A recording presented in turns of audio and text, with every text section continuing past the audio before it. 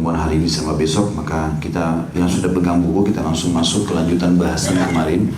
Kemarin kita sudah bahas lengkap masalah wudhu, dan insya Allah kita masuk sekarang ke masalah sholat. Dan itu dimulai dari halaman 25 dari buku yang Bapak Ibu sudah dibagikan tentunya. Kata penulis, sifat sholat Nabi dari takbir sampai salam. Yang paling pertama adalah masalah bersuci. Apabila hendak melakukan sholat, seorang muslim diwajibkan untuk bersuci terlebih dahulu dari hadas kecil maupun hadas besar. Dikatakan hadas kecil adalah kalau orang sudah buang air kecil, keluarkan angin ataupun buang air besar. Berarti dia dalam kondisi wudunya batal. Di sini dia harus bersuci kembali, berwudu. Atau hadas besar adalah maksudnya mandi junub. Sedangkan hadas kecil akan hilang dengan berwudu, sementara hadas besar harus dengan mandi. Hendaklah ia menyempurnakan wudunya sebagaimana wudu Nabi SAW yang sudah kita jelaskan pada pertemuan sebelumnya. Ini syarat pertama, harus suci. Maksud dalamnya suci kita, badan, baju, tempat, ya, sholat itu dari segala macam kotor dan najis. Yang kedua, dianjurkan punya sutra, dan sutra adalah penghalang atau pembatas. Ia memulai dengan menjadikan sesuatu sebagai sutra atau penghalang ataupun pembatas di mana ia sholat dengannya atau menghadap kepadanya. Sebagaimana puntut nomor 1 HR atau hadits riwayat Bukhari. Hal ini dilakukan apabila ia menjadi imam dan ia sholat hal ini dilakukan apabila ia jadi imam atau ia sholat sendiri. Dan tinggi sutra sunnah Nabi SAW adalah kurang lebih kalau sentimeternya 46,2 cm. Sebagaimana dijelaskan dalam kitab Al-Qawlul Mubin fi Akhta'il Musallin. Kalau orang sholat berjamaah, maka yang jadi sutra adalah imam. Jadi misal di saf 3 atau saf 2 dari masjid ini, pada saat antum datang ada kosong di ujung sana. Tapi safnya sudah berjalan sampai 5-6 saf. Antum ingin isi saf itu, boleh lewatin makmum. Karena kalau sholat berjamaah yang wajib tidak boleh, yang ada sutranya tidak boleh lewati adalah imamnya. Makanya biasa masjid-masjid itu pakai mihrab. Ya. Tujuannya supaya tembok itu orang tidak lula-lala. Tapi kalau sholat sendiri berarti berlaku hukum individual. Berarti antum harus gunakan sutra itu. Apa saja? Kalau tidak ada sama sekali pun, maka diniatkan sutranya adalah ujung sejadahnya. Dan bagi antum yang akan melewati orang yang sholat harus hati-hati. Kalau jarak antara antum dengan dia cukup jauh, nggak apa-apa antum lewat, tapi kalau dekat tidak boleh. Ini bisa hukumnya berat dan termasuk dosa besar. Kalau sengaja lewat memutus antara seseorang dengan tempat sujudnya di sini, ya. Kalau misalnya tempat sujud saya ujung meja ini, maka orang boleh lewat setelah ujung meja ini. Tapi kalau di antara saya sama tempat sujud, maka itu tidak boleh. Kata Nabi SAW, kalau seandainya seseorang akan memutus antara kalian dengan tempat sujud kalian, tahanlah dia, keluarkan tangan seperti ini. Kalau dia nolak, pukullah dia, karena bersamanya syaitan. Tapi perhatikan di sini, kalau antum sholat sendiri, baru antum lakukan itu. Kalau sholat berjamaah jangan pukul orang. Karena ini pernah terjadi di Masjid Nabawi, saya lihat sendiri. Ada orang tua di sebelah saya sholat, rupanya orang tua ini salah faham dengan hadis itu. Dia pikir semua orang yang lewat harus ditahan walaupun dia sholat berjamaah. Jadi sutra dia masing-masing, dia merasa sutra dia sendiri, bukan imam. Padahal kalau berjamaah kan imam. Maka ada anak kecil lewat, anak mungkin kelas 3-4 SD lewat, ditahan sama dia. Anak itu tetap mau jalan, dipukul sama dia sampai anak itu terpental jauh. Rupanya anak ini bukan anak sembarangan, hadir di majelis-majelis ulama di Masjid Nabawi, dan dia faham. Kembali anak itu habis sholat, lalu dia mengatakan, kamu syekh. Syekh itu orang tua maksudnya. Karena orang Arab biasa panggil syekh bisa orang tua, orang kaya, atau orang pintar agama. Jadi tidak selamanya syekh itu orang pintar agama, ya. Bisa orang tua ataupun orang yang kaya. Makanya dia mengatakan, hai syekh, maksudnya orang tua. Apa kau tidak faham hadis Nabi? Kata anak itu. Itu sutra bagi orang individu. Anda sedang sholat berjamaah. Saya tidak layak untuk dipukul. Dia ngomong seperti itu. Dan ini semua pelajaran yang bagus gitu, ya. Maka harus difahami. Dan Nabi SAW mengatakan, siapa yang sesungguhnya seseorang di antara kalian menunggu sampai puluhan tahun pun, 40 tahun lebih baik, lebih ringan daripada dia memutus antara orang dengan sujudnya. Jadi nggak boleh untuk melewatin itu. Itu fungsi daripada sutra. Yang ketiga meluruskan shaf, dan ini bagian daripada kewajiban, bukan pilihan ya. Kemudian apabila menjadi imam, hendaklah ia menoleh ke kanan seraya mengatakan istawu. Ada putnot nomor 2 silsilah as-sahihah nomor 3955. Artinya luruskan dan menoleh ke sebelah kiri seraya mengucapkan istawu. Jadi kanan dan kiri, istawu, luruskan, istawu, luruskan gitu ya. Yang keempat berdiri dan niat di dalam hati. Tentu kalau sholat sendiri gak usah bilang istawu, karena antum tidak punya makmum ya. Siapa tahu ada orang iseng, dia sholat sendiri teriak-teriak sendiri istawu, istawu ya. Berdiri dan niat dalam hati. Kemudian ia menghadapkan seluruh badannya ke kiblat. Lihat gambar nomor 1. Dan niat dengan hatinya untuk mengerjakan sholat yang ia kehendaki. Tidak boleh melafazkan niat dengan kalimat usolli lillahi sholata kada wa kada. Saya niat sholat karena Allah untuk sholat ini dan itu. Karena melakukan atau melafazkan ini termasuk bagian daripada hal yang baru dalam agama. Tentu ini sudah saya jelaskan masalah khilaf ulama dan masalah itu ya. Dan di sini teman-teman kalau dilihat gambar mungkin kalaupun tidak terlalu jelas, maka ulama menjelaskan kalau lagi sholat menegakkan seluruh ruas tulang-tulang. Jadi tegak semuanya, tulang-tulang belakang yang terasa ketarik, dada dibusungkan ke depan. Semuanya tegak, kakinya segala macam, gak boleh bungkuk segala macam. Ini termasuk bagian daripada contoh Nabi SAW.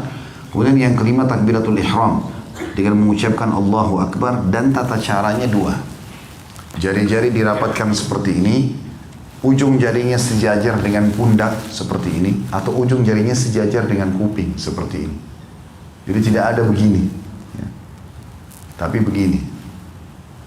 Kemudian ada gambar 1, gambar 2, gambar 3 dikatakan kedua tangan diangkat dengan merapatkan jari jemari dan dibentangkan atau tidak mengepal. Jadi jangan begini ya, tapi dibuka. Kedua telapak tangannya dihadapkan ke kiblat dan diangkat setinggi bahu atau sejajar dengan kedua daun telinga. Footnote nomor 4, hadis muttafaqun alaih, riwayat Bukhari Muslim. Ini semua punya rujukan. Nabi SAW mengeraskan bacaan takbiratul ihram, Allahu Akbar, hingga didengar oleh orang yang berada di belakangnya. Beliau terkadang mengangkat tangannya bersamaan dengan ucapan takbiratul ihram, terkadang pula setelahnya, dan kadang-kadang sebelumnya. Jika beliau menjadi imam, maka orang yang makmum di belakang beliau pun mengikuti takbirnya dengan mengucapkan Allahu Akbar. Dan ketika tegak berdiri, pandangan mata beliau arahkan ke tempat sujud, bukan tutup mata. Ya. Ini banyak orang tutup mata. Jadi kalau sudah remang-remang, cuacanya dingin, tutup mata, baca dalam hati, tidur sekalian. Footnote nomor 5 diriwayatkan oleh Al-Baihaqi dan Al-Hakim dan beliau mensahihkannya. Jadi bisa seperti ini, letakkan tangan di dada, baru bilang Allahu Akbar. Bisa juga bersamaan Allahu Akbar. Bisa juga sebelumnya ya. Dalam arti kata Allahu Akbar. Tiga-tiganya boleh. Riwayat dari Nabi alaihi salatu wassalam. Tapi yang sangat dianjurkan oleh para ulama, terutama kalau jadi imam, adalah gerakan dulu baru ucapan. Agar makmum tidak mendahului imam. Karena ada ancaman kalau makmum mendahului imam. Ya, Nabi SAW mengancam, mengatakan dalam hadis sahih, siapapun yang mendahului imamnya, maka bisa saja Allah mengubah kepalanya menjadi kepala keledai. Ancaman yang sangat berat, bisa dikutuk oleh Allah SWT. Nah, cara supaya imam tidak didahului adalah imam mengatakan misal Allahu Akbar. Rukuk juga begitu. Dia rukuk dulu, baru Allahu Akbar. Dia bangun, sudah bangun sendiri, sudah rapi semuanya, baru dia mengatakan Sami Allahu liman hamidah. Dia sujud dulu. Setelah dia sujud, dalam kondisi sujud baru dia mengatakan Allahu Akbar. Begitu seterusnya. Supaya makmumnya tidak mendahului dia. Tapi pilihan tadi kalau antum sholat sendiri. Kemudian ada yang perlu diperhatikan bahwasanya posisi letak tangan di gambar nomor 4 dan nomor 5. Setelah kita takbir Allahu Akbar atau Allahu Akbar di ujung kuping atau di pundak ya, sejajar dengan ini kita tegakkan. Ini kemudian dipertemukan antara punggung dalam kanan dengan punggung luar kiri seperti ini dan dipegang, atau mempertemukan pergelangan kanan dengan pergelangan kiri seperti ini. kemudian diletakkan di awal dada, di ulu hati kita. Allahu Akbar begini, atau Allahu Akbar begini. Ya. Jadi bukan seperti ini. Ada orang begini. Ya, Allahu alam dari mana ajarannya ini, tapi ada orang begitu. Ada orang begini. Ya. Riwayat yang sahih adalah diletakkan di awal dada atau di ulu hati seperti ini. Dan coba teman-teman praktikin, subhanallah. Tata cara yang benar ini membantu pada kehusyuan. Akan beda orang Allahu Akbar di sini dengan Allahu Akbar orang di sini, misalnya. Ya, akan ada perbedaan. Coba nanti kalau dipraktikin terasa berbeda dari gerakan tersebut dalam bab kehusyuan juga. Di situ dikatakan ada digambar di bawah gambar nomor 5, perhatikan, meletakkan telapak tangan kanan di atas telapak tangan kiri atau menggenggam pergelangan tangan kiri dengan tangan kanan dan meletakkan kedua tangan atau bersedekap di dada. Yang keenam, membaca doa iftitah. Kemudian beliau diam, maksudnya Nabi SAW sebentar untuk kemudian membaca doa iftitah. Di antara doa iftitah yang diriwayatkan dari beliau adalah misal Allahumma ba'id baini wa baina khataayaya kama ba'adta bainal masyriqi wal maghrib, Allahumma nakkini min khataayaya kama yunqqa ath-thawbul abyadu minad danas, Allahumma ighsilni min khataayaya bil ma'i wath thalji wal barad. Ini sudah kita jelaskan sebenarnya. Zikir ini sudah kita jelaskan di kumpulan doa kita ya. Saya terjemahkan, ya Allah jauhkanlah antara aku dan dosa-dosaku sebagaimana engkau jauhkan antara timur dan barat. Maksudnya jangan sampai aku ingat lagi, jangan sampai aku ulangi dosa-dosa itu ya Allah. Seperti antara timur dan barat, aku membencinya, aku tidak mau lagi melakukannya. Ya Allah bersihkanlah diriku dari dosa-dosaku sebagaimana baju yang putih dibersihkan dari kotoran atau noda. Karena dosa itu ada bekas, sebagaimana ilmu juga ada bekas. Ibadah. Kalau teman-teman dulu majelis ilmu gini setengah jam, 1 jam, 2 jam, pasti ada bekasnya secara beribadah. Dan itu terasa sampai beberapa hari. Kalau kita terus cas, ilmu lagi kita dengarkan, maka akan terjaga. Kapan kita lupakan ilmu, nanti 2 minggu lagi baru hadir di pengajian, itu sudah kendor itu. Ingat ya tapi tidak berbekas, bekasnya bisa hilang. Begitu juga dosa. Orang kalau habis tonton, habis apa, dia akan ada bekas. 2 hari, 3 hari, makin berbekas, masih terbayang-bayang. Tapi kalau dia tidak buka pintu-pintu dosa lagi, apalagi dia bertobat, maka akan hilang dengan sendirinya. Nah, penghilangan bekas ini penting. Di antara doa iftitah kita ucapkan itu. Ya Allah bersihkan aku dari dosa-dosaku, maksudnya tidak ada bekasnya lagi. Contoh, buktinya kalimat, sebagaimana baju putih dibersihkan dari kotoran. Kalau ada noda di baju putih butuh ucek yang lama, gitu. Direndam dengan bahan-bahan yang tertentu yang memang kuat untuk mengangkat noda tersebut. Ya Allah sucikan aku dari dosa-dosaku dengan air, salju dan juga es. Hadis ini HR riwayat Bukhari, Muslim, An-Nasai dan juga selainnya. Tentu ini teman-teman sekalian, doa iftitah ini saya akan lewatkan karena doa iftitah ini 1, 2 yang ini yang akan disebutkan sudah saya terjemahkan ini dan sudah kita pelajari di kumpulan doa kita, bacaan sholat ya. Jadi ini insya Allah sudah ada penjelasannya. Jadi karena saya mau menghabiskan buku ini maka kita lewatkan. Dan ini teman-teman tinggal hafal, amalkan. Lebih afdal kalau teman-teman baca dalam satu sholat beberapa iftitah ya. Dan usahakan punya hafalan di semua iftitah ini supaya kita bisa ragamkan dan di buku amal kita tercatat pernah melakukan itu. Kata para ulama dianjurkan sekali setiap muslim kalau ditemukan beberapa tata cara dalam satu ibadah dari Nabi SAW seperti tata cara sholat malam. Kan Nabi pernah 2 rakaat salam, 2 rakaat salam, 2 rakaat salam, 2 rakaat salam. Witirnya pun 2 rakaat sama 1. Pernah juga Nabi kerjakan 4 rakaat ya, kemudian 2 rakaat witir dengan 1.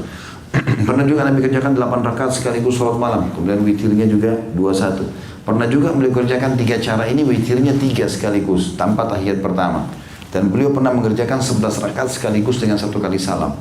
Semestinya setiap muslim punya di buku amalnya semua jenis ini walaupun cuma sekali seumur hidup. Supaya tercatat di buku amalnya dia pernah kerjakan. Jangan pernah ada perintah baginda Nabi SAW walaupun sunnah yang kita luputkan.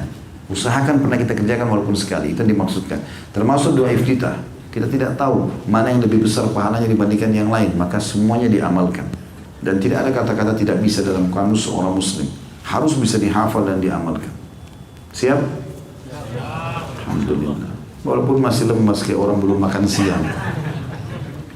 Yang ketujuh, isti'adah, mohon perlindungan kepada Allah SWT. Kemudian membaca isti'adah kepada Allah dari syaitan yang terkutuk. Dan sudah saya jelaskan, makna terkutuk sebenarnya di sini yang lebih tepat adalah terajam. dengan ucapan a'udzubillahi minasyaitonirrajim min hamzihi wa nafthihi wa nafthihi. Aku berlindung kepada Allah dari syaitan yang terkutuk. Jadi ar-rajim bisa makna terkutuk, bisa makna dirajam, dilempar dengan panah-panah api oleh para malaikat. Dari kegilaannya. Kenapa dikatakan syaitan gila? Karena dia tidak pernah mau berhenti menggoda Bani Adam. Kita baca a'udzubillahi minasyaitonirrajim, dia pergi terbakar, sepupunya datang. Kita baca lagi istiadah, pamannya datang, tidak selesai-selesai. Sampai kata Nabi SAW, syaitan itu berjalan di tubuh anak Adam seperti mengalirnya darah. Kesombongannya, jadi semua sifat sombong datang dari syaitan.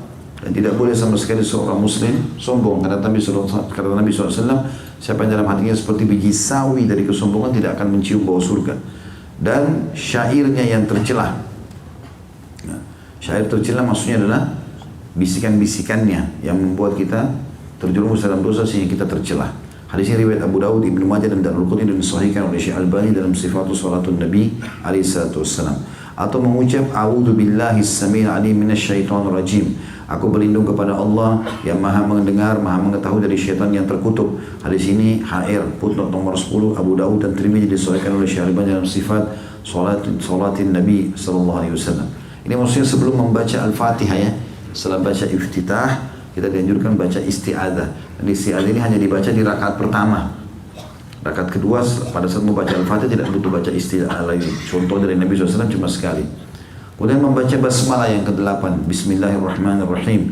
Dengan nama Allah yang Maha Pengasih lagi Maha Penyayang. Putong nomor 11. Muttafaqun alaih. Riwayat Bukhari Muslim. Nabi SAW mensirkan. Apa sir itu? Mengecilkan atau tidak mengeraskan suara. Bacaan basmalahnya. Bukan menghilangkan ya. Karena ada orang baca dalam hati. Tidak, dia harus mengeluarkan suara. Termasuk sholat sir, mengecilin suara kayak duhur sama asar. Tadi duhur kita kerjakan, itu jangan baca dalam hati. Antum bisa tidur nanti. Harus baca sesuatu sir itu ngecilin. Kata ulama, sir adalah suara yang keluar yang hanya didengar oleh dia pribadi. Bisa kita bilang alhamdulillah, ada suara. Mata dibuka, lihat tempat sujud. Kata Nabi SAW, Allah terus memandang wajah seorang hamba selama matanya terbuka ke tempat sujudnya. Maka bibir kita mengucapkan, kuping mendengar, mata melihat. Ini akan menghilangkan rasa ngantuk. Dan orang bisa lebih konsentrasi. Nabi SAW mensirkan atau tidak mengeraskan bacaan basmalahnya. Footnote nomor 12, muttafaqun alaih. Memang Nabi begitu. Bismillahirrahmanirrahim. Baru Alhamdulillahi Rabbil Alamin. Baru suara Alhamdulillahnya besar gitu. Dan tidak ada riwayat yang menyebutkan bahwa beliau terus-menerus mengeraskan basmalahnya. Akan tapi terkadang beliau terkadang memperdengarkan kepada makmum dengan bacaan yang sir, yakni tidak terlalu mengeraskannya sehingga bacaan basmalah beliau tidak akan terdengar kecuali oleh orang yang dekat saja. Kemudian yang ke-9 membaca Al-Fatihah yang sudah kita tahu. A'udzubillahi minasyaitonir rajim. Bismillahirrahmanirrahim. Alhamdulillahirabbil arrahmanirrahim maliki yaumiddin. Iyyaka na'budu wa iyyaka nasta'in. Ihdinas siratal mustaqim. Siratal ladzina an'amta 'alaihim ghairil maghdubi 'alaihim waladdallin. Tentu ini adalah 7 ayat Al-Quran yang merupakan cahaya kehidupan. Sebagaimana diberikan nama Sab'u Matani. 7 ayat yang penuh dengan puji-pujian yang mulia. Dan ini awalnya adalah pujian kepada Allah. Alhamdulillahirrahmanirrahim. Segala puji bagi Allah Tuhan alam semesta. Ar-Rahmanir-Rahim, juga Maha Pengasih, Maha Penyayang. Maliki Yaumiddin, Raja yang memiliki hari kiamat atau menjadi Raja sepenuhnya pada hari kiamat. Iyyaka na'budu wa iyyaka nasta'in. Sampai Maliki Yaumiddin, kata Nabi SAW, kalau seorang hamba membacanya dalam sholat, Allah mengatakan, hambaku memujiku.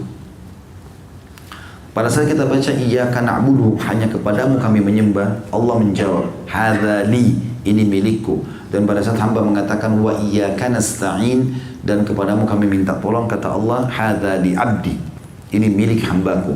Lalu dari ihdinas siratal mustaqim sampai akhir, tunjukkanlah kami jalan yang lurus, siratal ladzina an'amta 'alaihim ghairil maghdubi 'alaihim waladdallin, jalan orang-orang yang kau berikan nikmat kepada mereka dari para nabi-nabi dan orang saleh, bukan orang yang kau murkahi. Kata Ibnu Abbas adalah orang-orang Yahudi. Maghdubi 'alaihim, Yahudi, murka. Allah murka padanya karena mereka tahu kebenaran tapi mereka tidak mau ikuti. Waladdallin, kata Ibnu Abbas radhiyallahu anhu, adalah orang-orang Nasrani. Mereka mau berdakwah tapi mereka salah, mengatakan Allah punya anak. Maka kita berlindung dari kesesatan yang telah menimpa mereka. Di sini dari ihdinas siratal mustaqim sampai akhir, kalau kita baca dalam sholat atau kita baca Al-Fatihah ini walaupun di luar sholat, Allah menjawab, mengatakan hadza li abdi wa li abdi ma sa'al. ini milik hambaku dan dia ya, memiliki apa yang dia minta.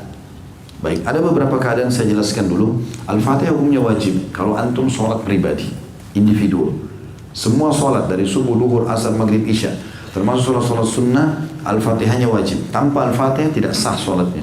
Kata Nabi SAW, la sholat liman lam yaqra bi Fatihatil Kitab. Hadis Sahih Bukhari Muslim, tidak akan sah sholat seseorang tanpa membaca Al-Fatihah. Ini berlaku individu, kalau antum sholat sendiri. Kalau sholat berjamaah, maka ini khilaf di antara ulama atau ada rincian pendapat ulama. Pertama adalah keadaannya, kalau sholatnya jahar, sholatnya ngerasin suara, seperti subuh, maghrib, isya. Di sini, dalam pendapat jumhur ulama, di antara Imam Ahmad rahimahullah, beliau mengatakan bahwasanya bacaan imam cukup mencukupi bacaan makmum. Jadi tidak perlu membaca lagi. Makmum tinggal dengar sampai waladhdallin, amin. Mereka cuma bilang amin, dengar lagi, tunggu surah apa yang dibaca. Ini pendapat jumhur ulama, di antara Imam Ahmad, Imam Malik, Imam Abu Hanifah. Kalau Imam Syafi'i rahimahullah mengatakan tidak bisa, tetap harus baca Al-Fatihah. Walaupun di sholat jahar, ini khilaf di antara mereka ya. Tapi kami pribadi berpegang pada pendapat jumhur dalam masalah ini ya. Banyak pendapat Imam Syafi'i yang kami pegang, tapi di sini dalam masalah ini mazhab jumhur, karena ada hadis yang berbunyi waktu Nabi SAW bilang waladhdallin, amin, ada di antara sahabat yang baca berlumba-lumba baca Al-Fatihah di belakang. Maka Nabi SAW mengatakan setelah salam, mali unazir. Kenapa tadi ada yang mengganggu bacaan saya? Kata para sahabat, kami memahami itu, maka kami tidak pernah lagi membaca Al-Fatihah di belakang Nabi SAW pada saat sholat jahar, kerasin suara. Tapi pada saat sholat sir, sholatnya kecilin suara, duhur dan asar, wajib antum baca. Kecuali ya, dalam satu keadaan, antum datang, imam sudah ruku, maka takbir ruku juga. Ini pendapat jumhur. Pendapat Imam Syafi'i tidak. Walaupun antum telat, antum takbir, baca Al-Fatihah dulu, baru kemudian ikut ruku.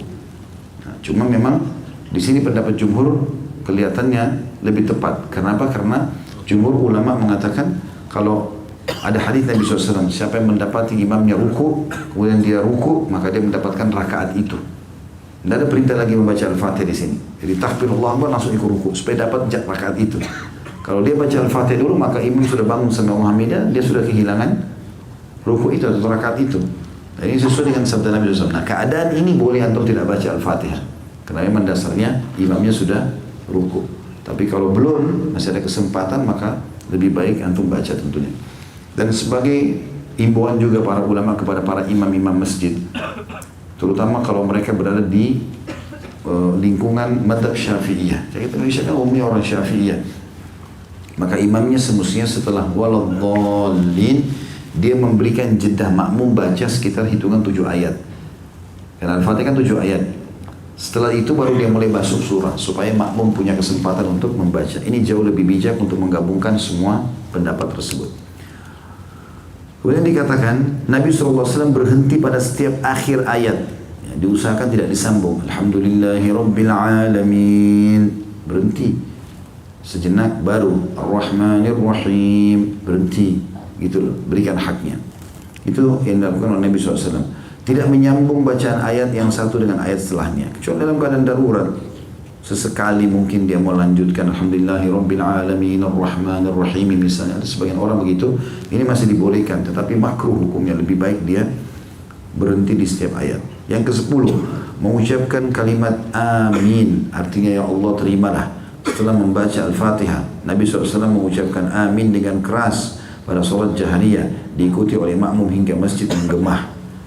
Setelah membaca Al-Fatihah, beliau diam sebentar. Jadi imam pun disunnahkan untuk baca amin supaya makmumnya juga ikut. Dan kata Nabi SAW, siapa yang aminnya sama dengan amin imamnya, maka atau dalam riwayat aminnya, siapa yang aminnya sama dengan aminnya imamnya, maka akan sama dengan aminnya malaikat, maka akan diampuni dosa-dosanya. Yang ke-11, membaca salah satu surah atau ayat Al-Quran. Dikatakan kemudian beliau SAW membaca sebagian ayat Al-Quran atau dari Al-Quran, surah apa saja yang antum sudah hafal. Terkadang beliau SAW membaca satu surah secara lengkap dalam setiap rakaat, dan inilah yang umumnya beliau lakukan. Terkadang beliau membaca satu surah saja yang diselesaikan dalam 2 rakaat. Misalnya 5 ayat, dan kadang-kadang beliau hanya membaca sebagian ayat saja dari satu surah dalam Al-Quran. Beliau membaca surah tersebut dengan cara berhenti pada setiap akhir ayat, tidak menyambung suatu ayat dengan ayat lainnya. Nabi SAW membaca Al-Fatihah dan surah yang dibaca setelahnya dengan keras pada sholat subuh dan pada 2 rakaat pertama dari sholat maghrib dan isya. Sedangkan pada sholat duhur dan asar beliau mensirkannya. Setelah selesai membaca surah dari Al-Quran, beliau berhenti sejenak. Kira-kira nafasnya kembali tenang sebelum beliau ruku. Ini insya Allah poin setelahnya masalah ruku. Nanti sebentar dalam closing materi kita insya Allah, baru menit lagi saya akan coba praktikin atau ajak beberapa ikhwan untuk mempraktikin di sini tata cara sholatnya dan dilihat yang lainnya untuk membetulkan rukuknya, sujudnya, i'tidalnya, gitu kan, dan juga duduk tahiyat, karena ini harus benar. Di sini ada gambar teman-teman sekalian nomor 7 menggambarkan tentang masalah tata cara ruku yang benar, yaitu punggungnya harus rata. Perhatikan tanda panahnya. Karena dikatakan Nabi SAW itu kalau ruku, kalau ditaruh bejana air tidak tumpah. Jadi tidak terlalu turun, tidak juga terlalu naik, lurus. Nah ini ada cirinya.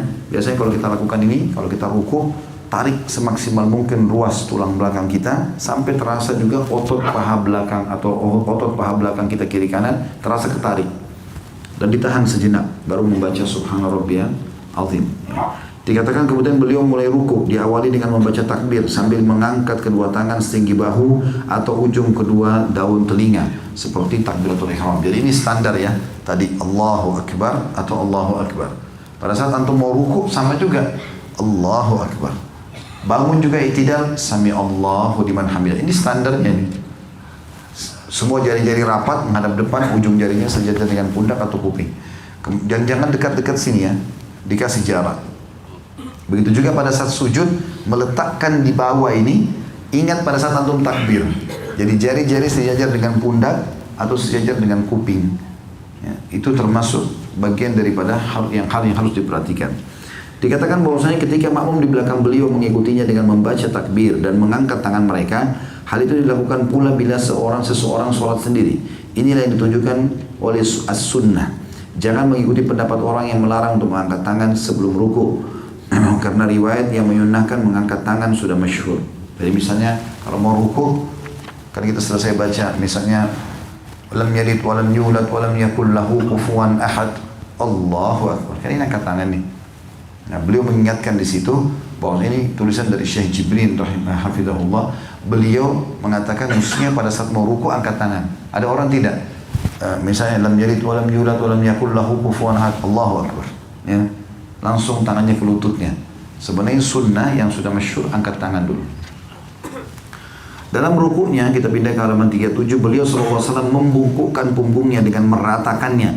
Kepalanya juga rata dengan punggungnya atau tidak mendongak, tidak juga terlalu menunduk. Seandainya wadah berisi air diletakkan di punggungnya, niscaya wadah itu akan diam atau tidak tumpah. Lihatlah gambar nomor 7. Beliau memantapkan kedua telapak tangan pada kedua lututnya dengan bertumpu pada keduanya, sedangkan jari jemarinya dibentangkan atau tidak dikepalkan. Beliau menjauh atau merenggangkan kedua tangannya dari pinggangnya. Jadi ininya, sikutnya itu tidak rapat ke tulang rusuk. Kemudian ini juga direnggangkan tangan-tangan dengan tujuan untuk memegang lutut, sehingga seperti mengunci lutut itu supaya kita tidak bergerak. Ya. Itu yang dimaksudkan dengan keadaan tadi ini. Terkadang beliau melamakan rukuknya. Beliau mengingkari orang yang menyepelekan rukun-rukun sholat.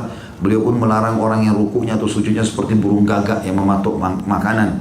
Karena saking gerakan sholatnya terlalu cepat, tidak tumak nina.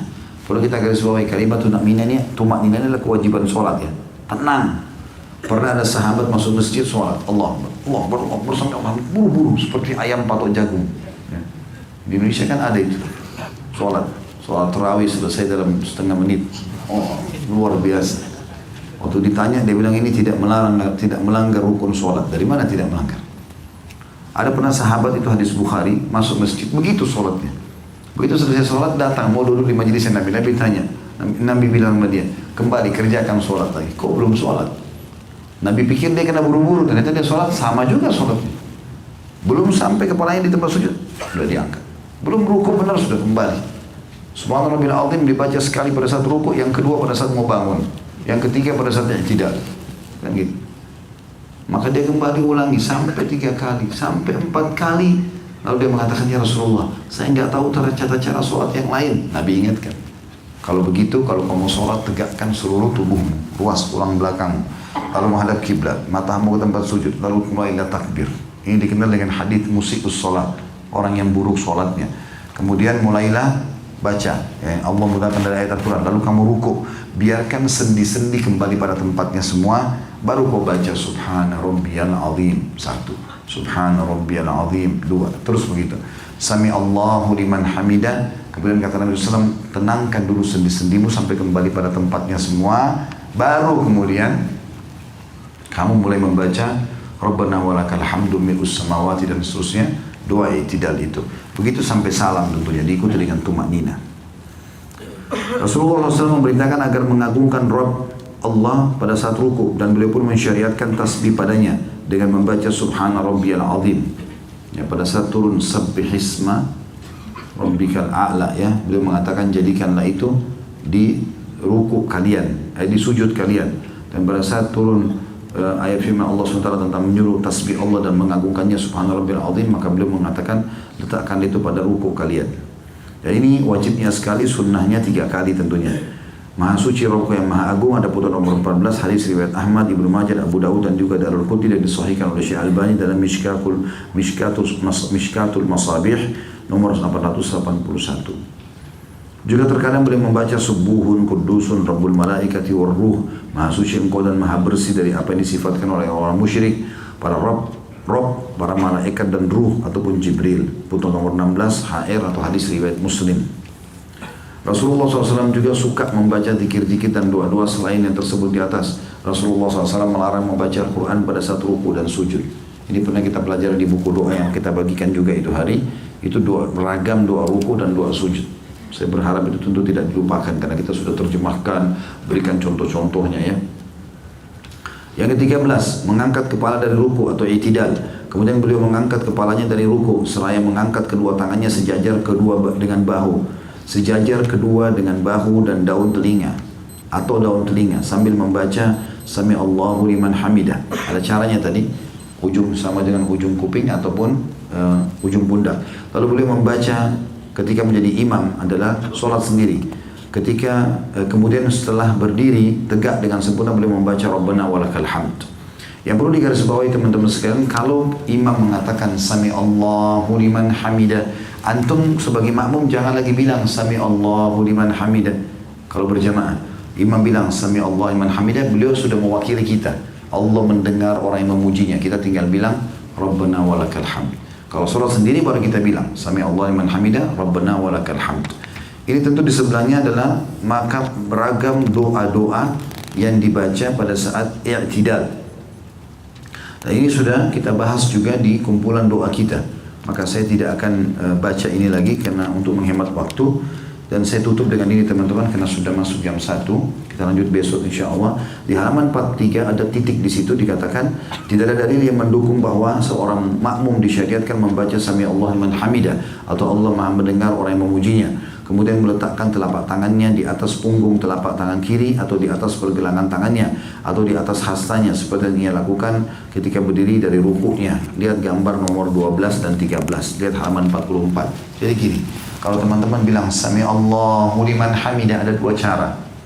Cara yang pertama, kembalikan lagi tangan di dada. Cara yang kedua, letakkan Sami Allahu liman hamidah, letakkan di sebelah paha kita. Dan ini khilaf di antara ulama 2 pendapat ini ya. Tapi kembali kepada dalil yang sama. Apa dalilnya? Dikatakan Nabi SAW kalau bangun dari rukuknya, seluruh anggota tubuh beliau kembali seperti semula. Di sini kalimat seperti semula. Apakah sebelum takbir, tangan di samping, atau setelah takbir, tangan di dada? Maka khilaf di antara ulama. Kalau antum lihat ada orang Sami Allah liman hamidah, kembali ke dada jangan disalahkan, itu benar. Begitu juga orang kalau taruh ke sebelah pahanya. Maka itu dua-duanya dibolehkan tentunya. Sebagai penutup di sini adalah Rasulullah SAW suka melamakan rukun ini, maksudnya berdiri Sami Allah liman hamidah, tidak buru-buru sujud. Hingga seorang sahabat berkata beliau telah lupa, mungkin lupa sujud nih. Beliau pun mengingkari orang yang meringan-ringankan rukun ini sehingga tidak tumaknina. Sebaliknya, beliau menyuruh tumaknina pada rukun ini dan memerintahkan orang itu untuk tidak tergesa-gesa. Beliau melarang makmum untuk mendahului imam dalam mengangkat kepala dari ruku. Rasulullah SAW mengancam orang yang mengangkat kepalanya sebelum imam dengan ancaman bahwa Allah akan mengubah wajahnya dengan wajah keledai. Footnote nomor 23, hadis muttafaqun alaih atau disepakati oleh jumhur ulama atau maaf, Bukhari Muslim. Sampai sini saya cukupkan dulu baca bahasanya, insya Allah kita lanjut besok lagi. Saya minta saja 2 menit, ada 3 orang maju ke depan sini. Saya mau tunjukkan cara berdiri untuk soft. Fadhal. Nah, sekarang tumit antum buka. Bukan itunya dirapatkan, tumitnya dibuka. Bukan, dibuka. Afwan. Ya ini dibuka. Nah, seperti itu. Jadi kalau lagi ngatur soft, kakinya jangan seperti kipas begini ya. Tetapi ini tumitnya dibuka. Dan ukurannya, ukuran standar pundak ini ukuran standar ya. Maka telapak kaki antum buka seukuran itu saja. Tidak usah masuk ke saf orang di sebelah. Ya. Ini serius memang, karena kadang-kadang ada orang badannya kecil, kakinya besar gitu kan. Atau dia ikuti sejadahnya. Nah ini manfaatnya kalau kaki rapat begini, otomatis betis juga ketemu, pundak pun ketemu. Ini yang masuk dalam hadis Nabi SAW. Siapa yang sholat seperti ini tidak akan dimasuki oleh syaitan di antara safnya. Sebagaimana Nabi SAW mengatakan, rapatkan dan luruskan saf kalian, jangan buat ada celah buat syaitan. Karena kalau dia ada, dia akan mengganggu sholat. Oke? Sekarang antum balik ke sana, balik ke teman-teman supaya dilihat tata cara sholatnya. Coba takbir Allahu Akbar seperti tadi yang kita sudah pelajari. Ya, ininya dihadapkan ke depan, ini rapat ya. Ini jarak kurang lebih 1 jengkal dari sini.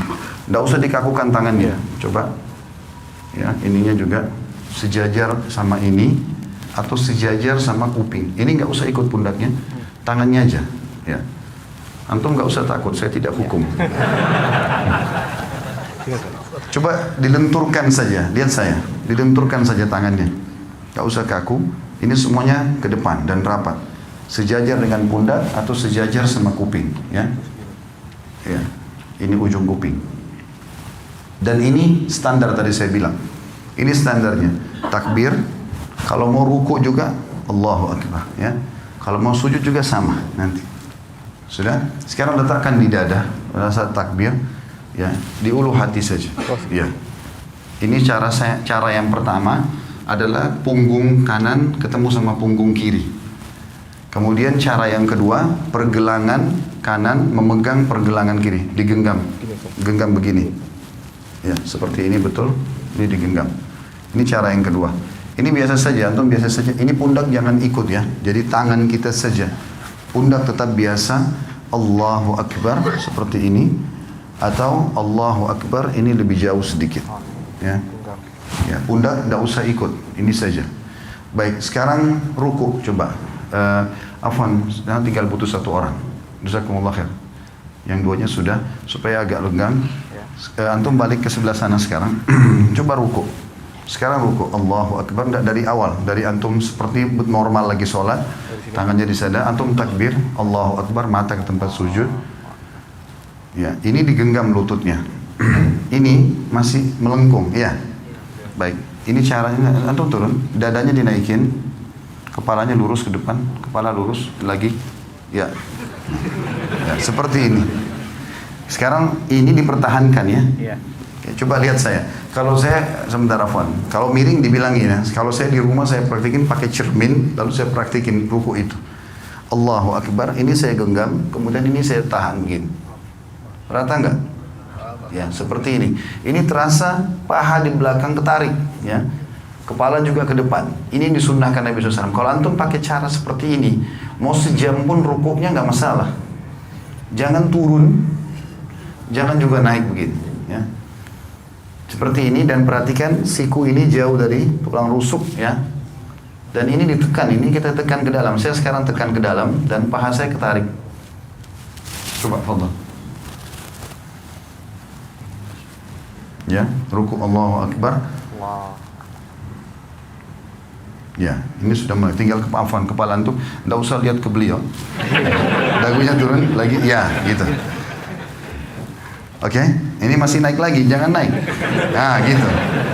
Nggak usah lihat orang, lihat tempat sujud. Oke, baik.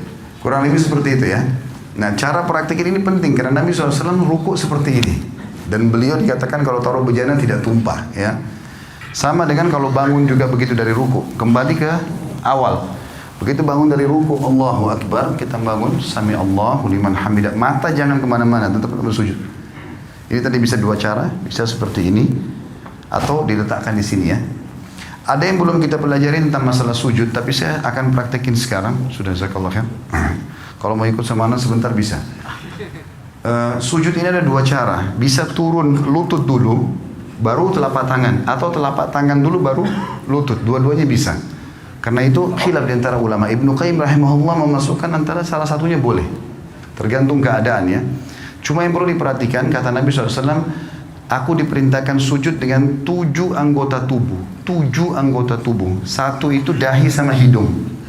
Maaf, biar hidung antum rasa pesek, tetap harus kena tempat sujud. Tidak boleh kepalanya begitu. Ya, sehingga hidungnya nggak kena. Ini satu paket. Kalau nggak sah ini. Ini satu paket, 1, kemudian 2, 3. Jadi ini sudah 2 telapak tangan sama dahi ini, berarti 3. Lutut 2, berarti 5. 2 telapak kaki, 7. 7 anggota tubuh ini. Nah, caranya adalah Nabi SAW, kata Ibnu Mas'ud, kami dilarang oleh Nabi SAW untuk sujud seperti anjing sedang duduk. Perhatikan kalau anjing duduk, sikunya kesentuh tanah kan? Antum tidak boleh sentuh tanah. Tulang ini, siku nggak boleh kena ke tulang rusuk. Ya, dan usahakan ada jarak antara perut kita, paha sama siku ini. Kira-kira jarak di mana antum bisa merasa nyaman bernafas. Karena pada saat sujud kita butuh sirkulasi udara supaya bisa lama. Saya coba praktikin. Anggap saja ini cuma contoh kalau kiblat ke sana. Sami Allahu liman hamidah. Maka pada saat turun bisa dua cara. Cara yang pertama adalah kita turun biasa saja, meletakkan lutut di sini, kemudian mengambil jarak kurang lebih 1 siku ini ya. Di sini 1 siku ini jaraknya, baru meletakkan tangan di sini. Tangan itu seperti ini ya kondisinya, seperti tadi orang takbir, Allahu Akbar, lalu letakkan kepala. Yang perlu diperhatikan adalah telapak kaki juga harus rapat. Saya menghadap kiblat sekarang. Afwan. Pada saat turun ini, kemudian letakkan jarak seperti ini, baru Allahu Akbar. Jangan begini ya, terlalu dekat sehingga tidak bisa bernafas, atau ada juga orang terlalu jauh. Tapi anjuran ulama adalah 1 siku dari lutut kita, kurang lebih jaraknya begini, ini kita letakkan telapak tangan di sini dan rapat semuanya seperti ini. Atau cara yang kedua, itu adalah telapak tangan dulu yang turun. Telapak tangan dulu yang turun, maka tata caranya tidak boleh seperti unta duduk. Tidak boleh seperti unta duduk. Saya akan kasih contoh, walaupun saya bukan unta. Maka cara untuk, kalau tadi kan lutut dulu sederhana cuma turun begini ya. Sekarang kalau mau telapak tangan dulu, maka caranya adalah turunkan badan dulu seperti mau turun lutut tadi.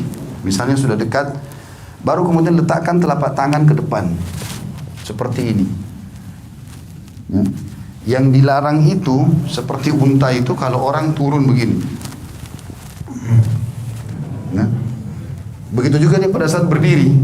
Orang berdiri dari sujud nggak boleh begini ya. Tetapi dia duduk dulu ya. Saya ulangi, jadi kalau orang turun sujud yang kedua, kita turun seperti agak mendekati tempat sujud, kemudian baru letakkan telapak tangan ke depan, barulah kita sujud ya. Duduk di antara 2 sujud, menegakkan seluruh ruas tulang belakang sampai terasa dada terbusung ke depan, jari-jari tetap rapat, ujung jari-jari berada di ujung paha. Kemudian kita sujud lagi, Allahu Akbar. Setelah itu pada saat mau berdiri duduk dulu. Sunnah Nabi SAW duduk dulu, duduk seperti ini. Dan ada 2 cara. Cara yang pertama, menekan paha untuk berdiri ke atas, atau menggenggam telapak tangan ditekan lantai untuk menopang tubuh ke atas. Jadi topang ini saja ke atas, ya, seperti ini.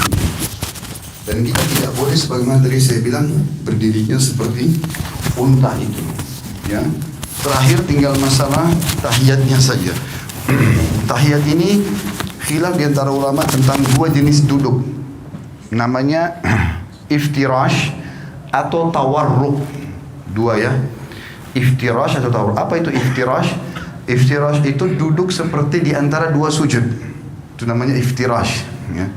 Kalau tawarruk, warak itu artinya bokong. Kita meletakkan bokong kita di tanah. Nah, ini khilaf ulama. Kapan dikerjakan iftirash, kapan dikerjakan tawarruk? Imam Syafi'i rahimahullah berkata, duduk tawarruk, tahiyat seperti ini. Yang kita duduk, ya, seperti ini. Ini namanya tawarruk karena bokong kita duduk di tanah. Ini kata Imam Syafi'i rahimahullah, dikerjakan setiap kali mau salam, mau sholatnya 1 rakaat saja, mau 2 rakaat, seperti misalnya witir 1 rakaat, ya tetap aja antum duduknya pada saat tahiyat, karena mau salam tawarruk, ya. 2 rakaat juga seperti sholat sunnatul fajr atau sholat subuh, sama tawarruk. Nanti lebih dari itu pun, misalnya rakaat maghrib 3 rakaat atau isya 4 rakaat, semuanya kalau mau salam tawarruk. Kalau jumhur ulama, Imam Ahmad dan Imam Malik mengatakan tidak. Kalau sholat di bawah 3 rakaat, seperti witir 1 rakaat, atau sholat sunnatul fajr 2 rakaat, walaupun mau salam duduknya iftirash, duduknya seperti ini. Tawarruk itu hanya dikerjakan, duduk yang seperti ini, itu dalam pendapat jumhur ulama, nanti kalau sudah lebih dari 2 rakaat, seperti rakaat ketiga maghrib, rakaat keempat isya, baru duduknya tawarruk. Dua-duanya ini boleh, ya, karena ini khilaf diantara ulama, kita nggak boleh nyalain orang. Jadi kalau antum lihat ada orang tahiyat kedua, ya tahiyat akhir misalnya, sholat subuh duduknya begini, jangan disalahkan. Karena itu pendapat Imam Malik dan Imam Ahmad, dan itu jumhur ulama. Mereka mengatakan justru kalau lebih dari 2 rakaat, rakaat ketiga baru kemudian duduknya tawarruk, ya. Tapi Imam Syafi'i mengatakan tidak. Jadi kalau ada yang sholat witir pun 1 rakaat sudah iftirash tawarruk, maka itu berarti mengikuti mazhab Syafi'iyah. Tinggal yang saya mau titik beratkan teman-teman, masalah salam dan tata cara mengubah dari iftirash ke tawarruk. Sekarang kan kalau iftirash itu seperti ini, telapak kaki kiri kita dipakai duduk, ya. Bagaimana caranya mengubah ini dari ini ke tawarruk? Perhatikan, ya. Caranya adalah cuma memasukkan telapak kaki kiri ke bawah tulang kering kanan. Contoh, cuma begini saja. Ini dimasukkan, lalu kita duduk di tempat yang sama. Jangan begini, karena banyak orang kita begitu. Dia duduk begini langsung dia dorong orang ke sana semua. Jadi ini kena, semua kena. Dia nggak bisa duduk. Jadi cara yang benar adalah hanya memasukkan ini ke bawah sini saja dan duduk di tempat yang sama. Tidak berubah apa-apa. Saya tidak mengubah apa-apa di sini. Maka ini posisi yang harus diperhatikan.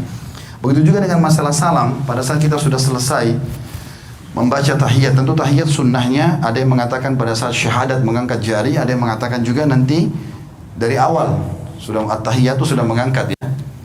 Dan hadis riwayat Tirmidzi khilaf di antara ulama tentang masalah itu, tentang hadis Nabi SAW bahwasanya gerakan jari di tasyahud lebih keras bagi iblis daripada cambukan besi. Ada yang menghasankan, ada yang melemahkan.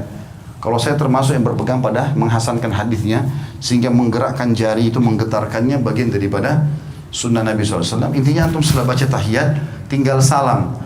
Dikatakan Nabi SAW kalau salam terlihat pipi putih atau putih pipi beliau oleh makmum di belakang. Jadi seperti ini. Assalamualaikum warahmatullah. Terasa ini tertarik. Tahan sebentar, baru Assalamualaikum warahmatullah. Badannya nggak usah ikut salam, ya. Cuma leher saja. Assalamualaikum warahmatullah. Assalamualaikum warahmatullah. Sampai situ.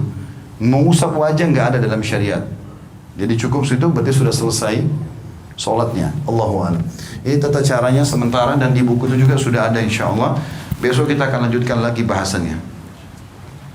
Begitu saja insyaallah kita akan bahas besok lagi lanjutannya. Subhanakallahumma bihamdika asyhadu an la ilaha illa anta astaghfiruka wa atubu ilaik. Wassalamualaikum warahmatullahi wabarakatuh.